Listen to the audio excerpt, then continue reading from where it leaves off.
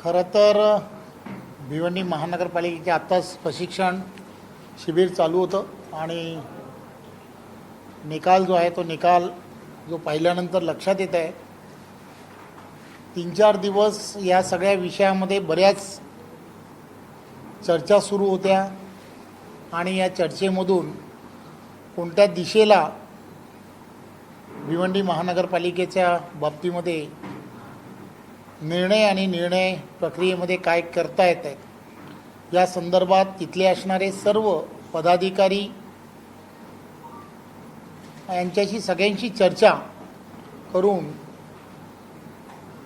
त्या संदर्भामध्ये भारतीय जनता पार्टीच्या माध्यमातून कोणी महापौर पदाच्या बाबतीमध्ये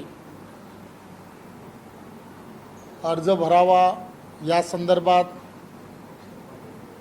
सुरुवातीच्या काळामध्ये नारायण चौधरी यांना अर्ज भरावा असं पार्टीच्या माध्यमातून एक 8 ते 10 दिवसा अगोदर त्यांना कळवण्यात आलं होतं, कारण त्यांनीच त्यांच्या कोर टीममध्ये त्या संदर्भामध्ये नारायण चौधरींना महापौरपदी उमेदवारी द्यावी असं बहुमताने आम्हाला कळवलं होतं आणि त्यामुळे त्या संदर्भातला तसा निर्णय हा त्यावेळच्या काळात घेतला होता. परंतु नंतरच्या काळामध्ये अनेक घडामोडी त्या ठिकाणी ज्या झाल्या होत होत्या आणि त्यामुळे भारतीय जनता पार्टीच्या आम्ही इथल्या असणाऱ्या प्रदेशाच्या स्तरावरती हा विषय जेव्हा लक्षात आला त्यावेळेला कोणत्याही परिस्थितीमध्ये त्या ठिकाणी स्नेहा मेहुल पाटील यांना यानंतरच्या काळामध्ये भारतीय जनता पार्टीच्या माध्यमातून उमेदवार म्हणून डिक्लेअर करावं असं भारतीय जनता पार्टीच्या माध्यमातून कळलं. आम्ही त्यांना कळवलंही. काल पूर्ण संध्याकाळपासून आज सकाळपर्यंत आम्ही नारायण चौधरी असतील, त्यांच्याबरोबर काही भारतीय जनता पार्टीचे नगरसेवक आहेत की जे कदाचित बंडखोरी करतील असं ज्यावेळेला लक्षात आलं त्यांना फार समजवण्याचा प्रयत्न केला की आपण असं करू नये, पार्टीच्या विरोधात केलं तर पार्टी तुमच्यावरती कारवाई करेल आणि असं आम्ही सांगत होतो. त्यांना समजवण्याचा अनेक जणही प्रयत्न करत होते, आम्हीही करत होतो. परंतु आता सकाळपर्यंत ते असं म्हणाले होते की हो आम्ही तसं करणार नाही, परंतु त्यांनी बंडखोरी केलेली आहे हे आता निकालाच्या अंती लक्षात येत आहे. त्यामुळे ज्यांनी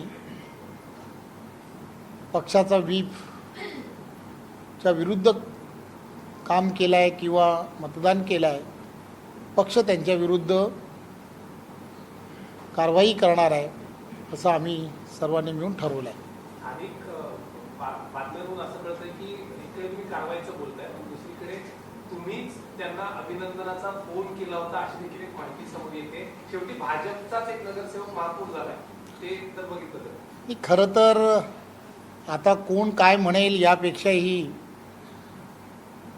आम्ही काल त्यांना फार समजवण्याचा या संदर्भामध्ये प्रयत्न केला. सकाळपर्यंत आम्ही त्यांच्याबरोबर समजवण्याचा अतिशय प्रयत्न करत होतो, परंतु त्यांची असणारी त्या ठिकाणची स्थानिक पातळीवरती ज्या त्या ठिकाणी घटना घडल्या होत्या त्या आपणा सर्वांना माहीत आहेत. त्या ठिकाणी असणारे विलास पाटील असतील किंवा ते कोणार्कचे जे प्रमुख आहेत त्यांच्याबरोबर त्यांचे असणारे स्थानिक वाद, या सगळ्या गोष्टी एवढ्या मोठ्या प्रमाणामध्ये ते वारंवार सांगत होते, बोलत होते. आम्ही फार प्रयत्न केला, जे टोकाचा प्रयत्न ज्याला म्हणतात तो टोकाचा प्रयत्न करत होतो की आपण या दिशेला जाऊ नये.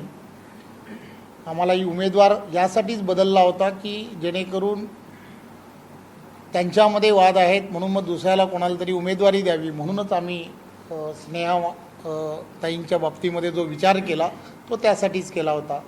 परंतु या सगळ्या गोष्टी आपल्याला अधिक माहीत आहेत.